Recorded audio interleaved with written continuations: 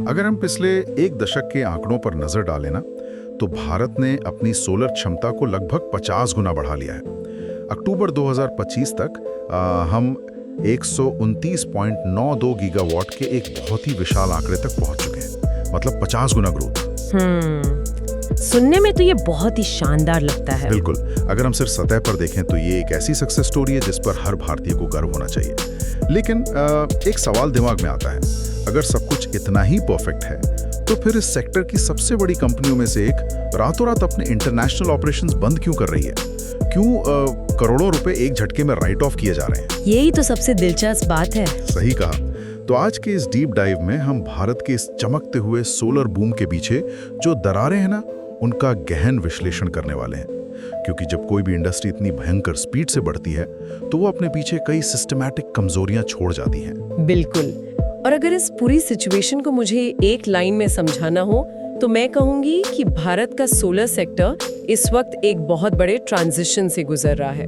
Transition से आपका मतलब क्या है? मतलब वो स्केल ड्रिवन एक्सपेंशन, यानी जहां सिर्फ कैपेसिटी बढ़ाने की अंधी दौड़ चल रही थी, वहां से निकलकर अब एक इंटेलिजेंस ड्रिवन ट्रांसफॉर्मेशन की तरफ जाने के लिए स्ट्रगल कर रहा है, जहां डेटा और स्मार्ट रणनीति की जरूरत है।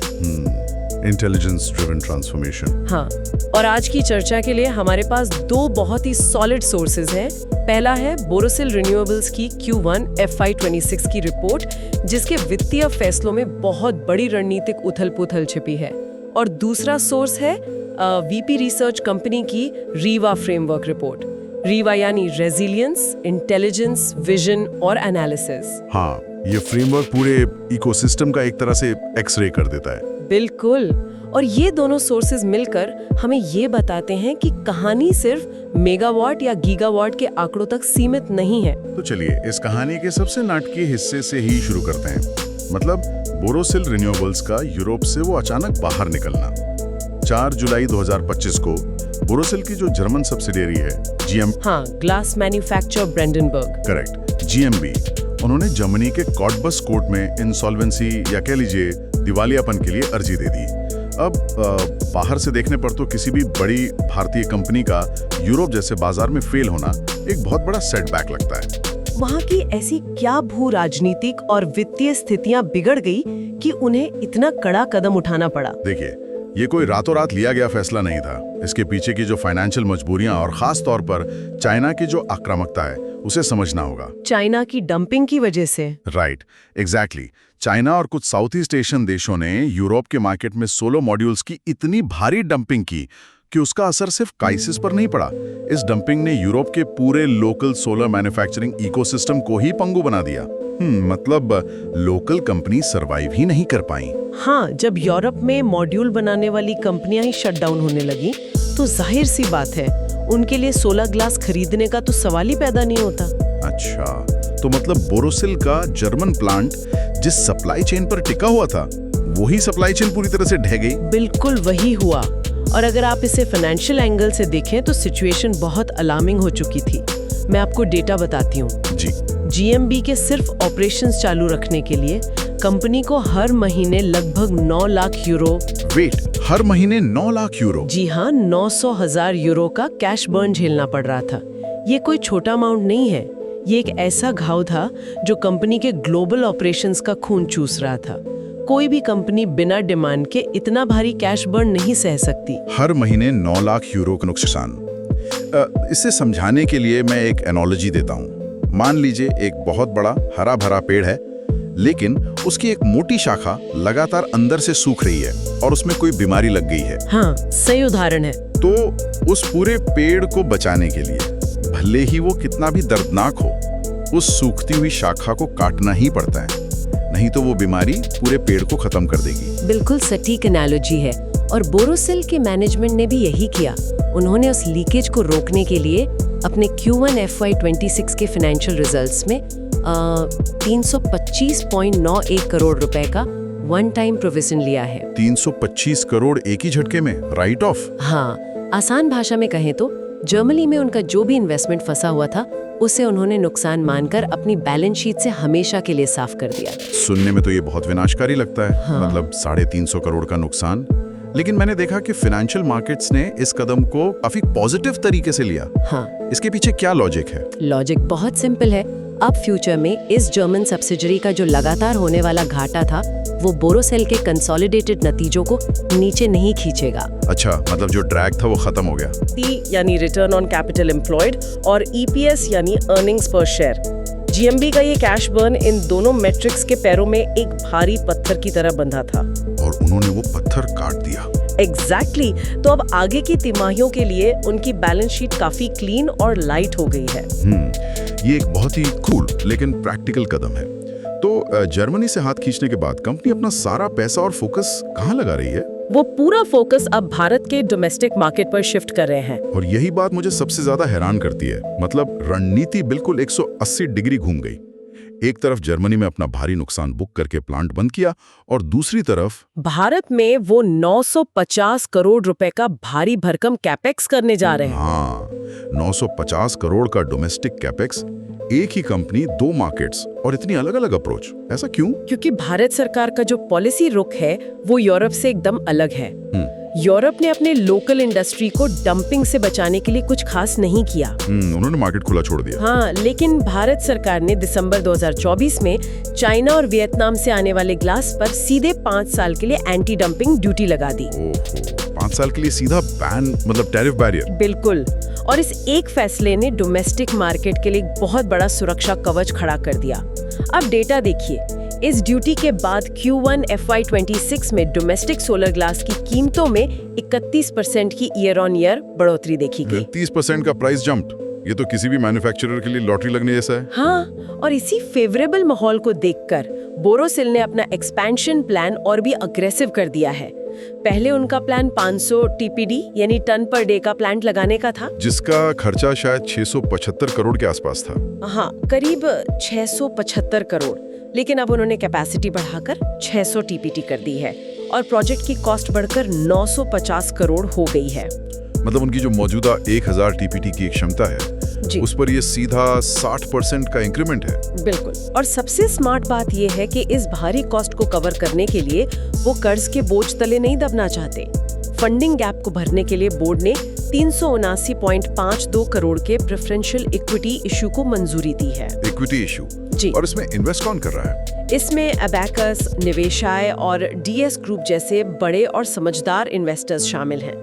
जब ऐसे दिग्गज निवेशक इक्विटी में पैसा डालते हैं तो मार्केट में एक बहुत स्ट्रॉन्ग सिग्नल जाता है कि कंपनी की डोमेस्टिक स्ट्रैटेजी में दम है। मैं इन्वेस्टर्स का जो ये कॉन्फिडेंस है वो समझ रहा हूँ, लेकिन यहाँ मेरा एक तीखा सवाल है। हम कह रहे हैं कि एंटी डंपिंग ड्यूटी ने सब सेट कर दिया है, लेकिन अगर हम मैक्रो पिक्चर देखें तो आज भी भारत में मॉड्यूल्स का इंपोर्ट हमारी कुल डिमांड का 75% है। वो तो है। मतलब पूरी सप्लाई चेन पर अभी भी चाइनीज कंपनियों का भयंकर दबदबा है। तो ऐसे में जब हमारी बुनियादी इंपोर्ट पर टिकी है तो क्या एक ही प्रोजेक्ट में 950 करोड़ झोंक देना एक बहुत बड़ा रिस्क नहीं है? कहीं हम वापस हिस्ट्री तो रिपीट नहीं कर रहे? आपका संदेह एकदम वाजिब है, लेकिन इसे कैलकुलेटेड रिस्क कहना ज्यादा सही होगा। देखिए, जो 75% इंपोर्ट हम कर रहे हैं, सरकार उसे रिप्लेस करने के लिए पूरा इकोसिस्टम तैयार कर रही है। आप PLI और ALMM की बात कर रही हैं? बिल्कुल। प्रोडक्शन लिंक्ड इंसेंटिव और approved list of models and manufacturers, ये नीतियां विदेशी मॉड्यूल्स के सामने एक बहुत ऊंची दीवार खड़ी कर रही हैं। आज भारत के domestic solar module capacity 90 gigawatt से ऊपर है और टारगेट तो शायद और भी बड़ा है। हाँ, मार्च 2027 तक इसके 150 गीगावाट तक पहुंचने की उम्मीद है। तो बोरोसिल जो आज ये कैपेक्स कर रही है वो उसी 150 गीगावाट वाले फ्यूचर मार्केट के लिए अपनी बिसात बिछा रही है। अच्छा, मतलब वो फ्यूचर डिमांड को अभी से फैक्टर इन कर रहे हैं। ये तर्क सही है, लेकिन बोरोसिल तो सिर्फ ग्लास बनाती है ना, जो कि इस पूरे इकोसिस्टम का एक छोटा सा हिस्सा है। हाँ, सिर्फ एक कंपोनेंट है। तो इस पूरे 129 गीगावाट वाले सोलर सेक्टर की असल सेहत कैसी है, इसे समझने के लिए हमें उस रीवा फ्रेमवर्क की तरफ चलना होगा जिसका हमने शुरू में जिक्र किया था। अगर हम रेजिलियंस, इंटेलिजेंस, विजन और एनालिसिस के लेंस से देखें तो पिक्चर कैसी दिखती? बहुत ही आई ओपनिंग पिक्चर दिखती है। सबसे पहले R यानी रेजिलियंस या लचीलापन की बात करते हैं। रिपोर्ट इस सेक्टर की रेजिलियंस को सिर्फ मॉडरेट रेटिंग देती है। मॉडरेट? इतने बड़े बूम के बाद भी सिर्फ मॉडरेट? हाँ, क्योंकि इस विशाल ढांचे की रील बहुत कमजोर है। जैसा आपने कहा, आज भी 70 से 75% मॉड्यूल चाइना से आते हैं। और अगर आप मॉड्यूल के अंदर लगने वाले सोलर सेल की बात करें तो वहाँ तो डिपेंडेंसी 80 से 85% है। बाप रे, 80 से 85%। मतलब अगर जियोपॉलिटिकल टेंशंस बढ़ी या चाइना ने अपनी सप्लाई रोक दी तो ये पूरी 129 गीगावाट की कहानी ताश के पत्तों की तरह गिर सकती है। बिल्कुल, और रिस्क सिर्फ चाइना का नहीं है। रिपोर्ट एक और खतरे की बात करती है, climate exposure. Climate exposure? Solar में तो धूप चाहिए, वो तो हमारे पास बहुत है। धूप है, लेकिन मौसम का बदलाव बहुत एक्सट्रीम हो रहा है। राजस्थान और गुजरात हमारे सबसे बड़े सोलर हब हैं, लेकिन वहाँ खराब मौसम और बहुत ज्यादा धूल के कारण यील्ड में हर साल 8 से 10% का उतार चढ़ाव आ रहा है। अच्छा, तो आउटपुट प्रिडिक्टेबल नहीं है? बिल्कुल नहीं, और ऊपर से जमीन अधिग्रहण की समस्याएं, प्रोजेक्ट्स को क्लियरेंस मिलने में 18 से 24 महीने तक की देरी हो रही है। 2 साल का डिले, इससे तो पूरा फाइनेंशियल मॉडल ही बिगड़ जाता होगा। एग्जैक्टली।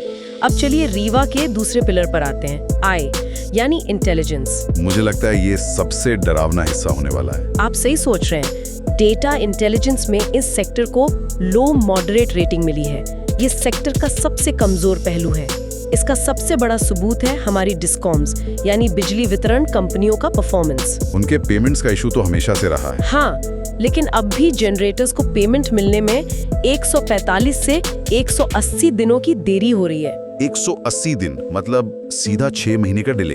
हाँ, अब आप सोचिए, जब किसी कंपनी का पैसा 6 महीने के लिए अटक जाता है तो उसे अपने ऑपरेशंस चलाने के लिए बैंकों से वर्किंग कैपिटल लोन लेना पड़ता है, जिस पे भारी इंटरेस्ट रेट लगता होगा।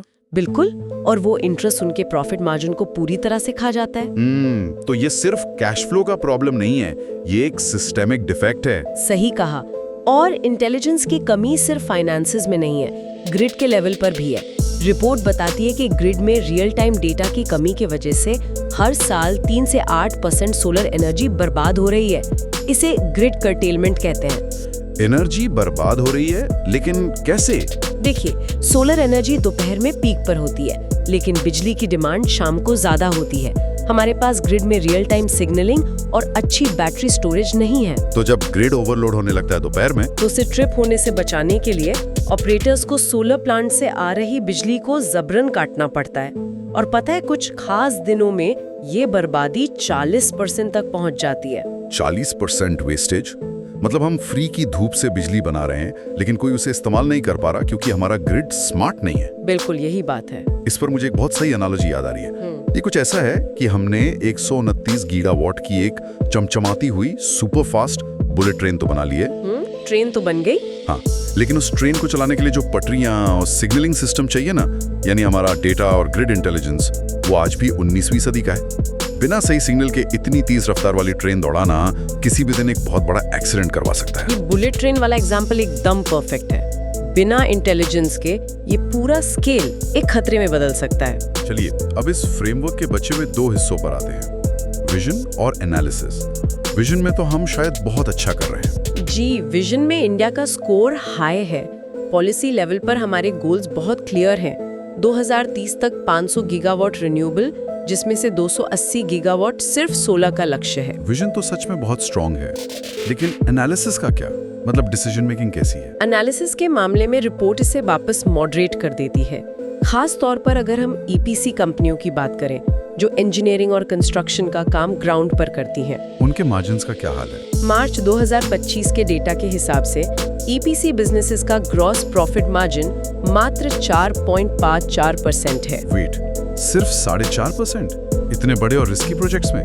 हाँ, एक तरफ JSW एनर्जी जैसी एसेट ओनिंग कंपनियां हैं जिनका ROE 25% से ज्यादा है, और दूसरी तरफ ये ईपीसी कंपनियां जो सारा रिस्क ले रही हैं, उनका मार्जिन इतना पतला है। लेकिन अगर कल को कोई छोटा सा भी कॉस्ट बढ़ गया? और वही तो प्रॉब्लम है। अगर इनपुट कॉस्ट, मान लीजिए मॉड्यूल का प्राइस, सिर्फ 10% भी बढ़ जाता है तो इन कंपनियों का IRR सीधे 120 बेसिस पॉइंट्स गिर जाता है। 120 बेसिस पॉइंट्स, मतलब सीधे 1.2% का प्रॉफिट साफ। 4.5% में से अगर इतना चला गया तो कंपनी के पास तो शॉक एब्जॉर्ब करने के लिए कोई कुशन ही नहीं बचा। बिल्कुल, और एनालिसिस की इस कमी का एक और बड़ा सबूत है R&D। हमारा टारगेट 500 गीगावाट का है, लेकिन आपको पता है रिसर्च और इनोवेशन पर कितना खर्च हो रहा है? कितना? टोटल कैपेक्स का 1% से भी कम। 1% से भी कम? तो क्या हम इसे सच में डीप टेक इनोवेशन कह सकते हैं, या फिर हम सिर्फ बाहर से तकनीक और मशीनें लाकर यहाँ इंडिया में असेंबल करने का काम कर रहे हैं? मतलब हम बिना अपनी नींव मजबूत किए इतनी बड़ी इमारत खड़ी कर रहे हैं? इसी को रिपोर्ट में ग्रोथ का विरोधाभास या पैराडॉक्स ऑफ ग्रोथ कहा गया है। अगर हमें ग्लोबल लीडर बनना है तो सिर्फ असेंबली से काम नहीं चलेगा। हमें एक्शन, रिसर्च और प्रिडिक्टिव डायग्नोस्टिक्स में भारी निवेश करना होगा। मतलब मार्केट के झटकों का सामना सिर्फ अपने बड़े साइज से नहीं, बल्कि स्मार्ट और इंटेलिजेंट रणनीतियों से करना होगा। एग्जैक्टली, स्केल जरूरी है, लेकिन इंटेलिजेंस के बिना वो सस्टेनेबल नहीं है। तो अगर हम आज की इस पूरी डीप डाइव को समेटें तो मेन टेक अवे क्या निकलता है? सबसे बड़ा टेक अवे यही है कि बोरोसिल का जर्मन मार्केट से निकलना और इंडिया में 950 करोड़ रुपए लगाना ये साबित करता है कि अब सिर्फ स्केल काफी नहीं है, आपको इंटेलिजेंस ड्रिवन होना पड़ेगा। बिल्कुल। भारत का सोलर सेक्टर एक ऐसे क्रिटिकल मोड़ पर है जहां हमें सप्लाई चेन, ग्रिड इंटीग्रेशन और डिस्कॉम रिफॉर्म्स, इन तीनों पर एक साथ काम करना होगा। यानी उस बुलेट ट्रेन के लिए नया सिग्नलिंग सिस्टम लगाना ही होगा। तो दोस्तों, ये तो थी आज के डेटा की बात, लेकिन जाते जाते मैं एक ऐसा सवाल छोड़ना चाहता हूँ जो शायद इस रिपोर्ट में सीधे सीधे नहीं पूछा गया है, लेकिन हमारी चर्चा से साफ उभर कर आता है। क्या है वो सवाल? अगर हम मार्च 2027 तक 150 गीगावाट डोमेस्टिक मॉड्यूल कैपेसिटी का वो विशाल लक्ष्य हासिल कर भी लें, लेकिन हमारा पावर ग्रिड इतनी विशाल ऊर्जा को स्टोर या डिस्ट्रीब्यूट करने के लिए अपग्रेड ही ना हुआ हो, तो क्या होगा? ये सोचने वाली बात है। क्या भविष्य में पावर शॉर्टेज यानी बिजली की कमी की जगह सोलर पावर वेस्टेज भारत का अगला सबसे बड़ा राष्ट्रीय संकट बन जाएगा? इस बारे में जरूर सोचिएगा। आज के इस डीप डाइव में बस इतना ही।